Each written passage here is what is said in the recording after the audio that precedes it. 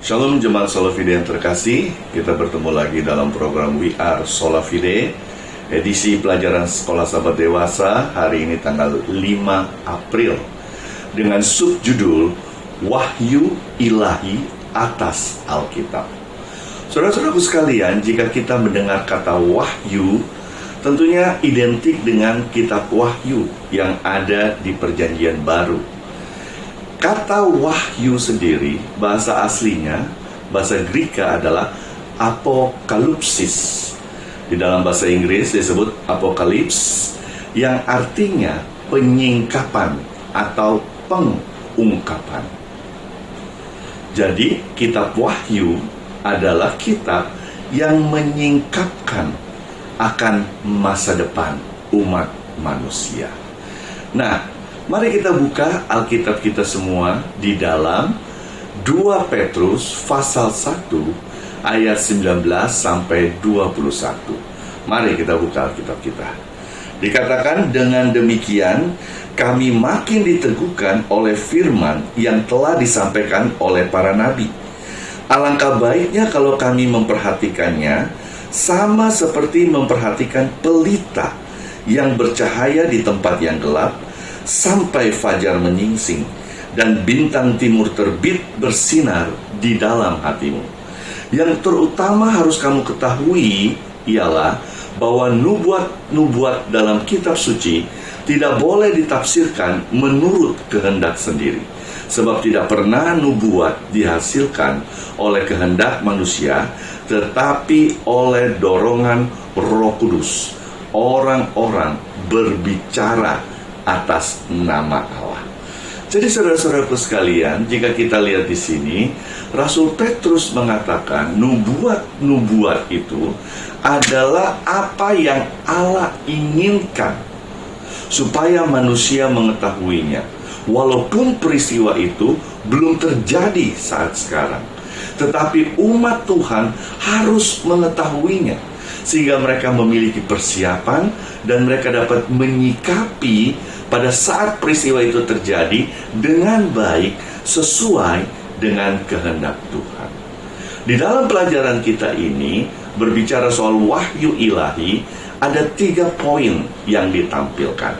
Yang pertama, pelajaran kita mengatakan bahwa Alkitab adalah firman Tuhan yang diilhami atau diwahyukan kepada orang-orang tertentu dengan bantuan Roh Kudus pastinya.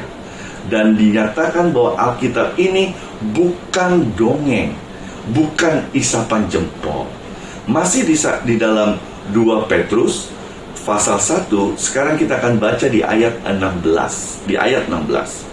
Sebab kami tidak mengikuti dongeng-dongeng isapan jempol manusia ketika kami memberitahukan kepadamu kuasa dan kedatangan Tuhan kita Yesus Kristus sebagai Raja.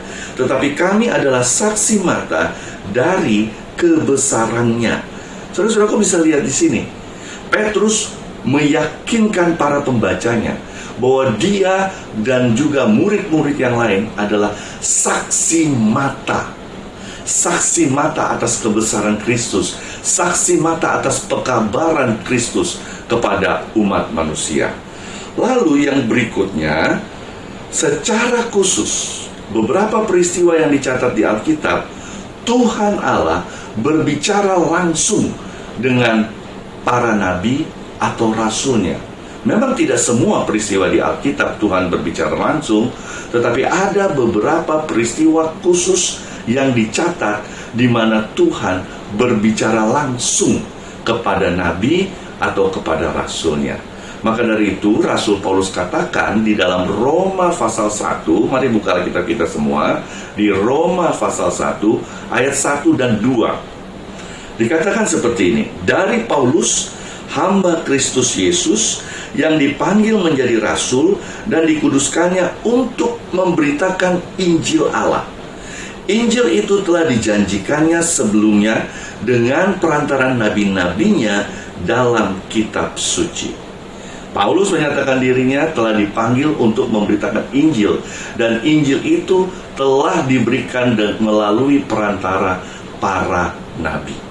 Yang ketiga, seperti yang kita sudah pelajari pada minggu yang lalu, bahwa Alkitab dapat merubah kehidupan seseorang.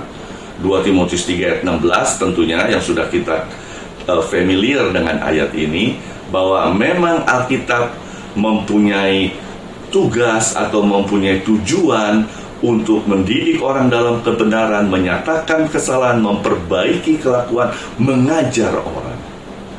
Nah, kembali kepada wahyu ilahi, bahwa wahyu adalah penyingkapan atau pengungkapan. Penyingkapan akan masa yang akan datang, bisa ratusan bahkan ribuan tahun akan datang. Siapa yang sanggup menyingkapkan itu semua jikalau bukan Tuhan sendiri? Jadi wahyu ilahi, penyingkapan ilahi melalui Alkitab ditujukan kepada kita sebagai umat Tuhan. Satu renungan sebelum saya tutup pembahasan pada sore hari ini. Satu renungan. Sekarang kita percaya bahwa Alkitab adalah firman Allah, firman yang hidup, firman yang dapat mengubahkan. Kita percaya.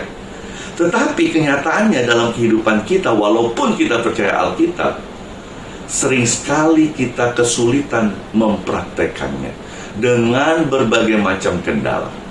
Lalu bagaimana jika kita tidak percaya kalau Alkitab adalah firman Allah? Apakah kita bisa praktekannya? Tentunya hal itu sangat sulit terjadi. Saudara-saudaraku sekalian, tetap menjaga kesehatan, selalu tekun dalam doa, rajin belajar firman Tuhan, dan setia dalam kebaktian keluarga di rumah kita masing-masing. Kenapa? Because we are sola fide. Tuhan Yesus memberkati.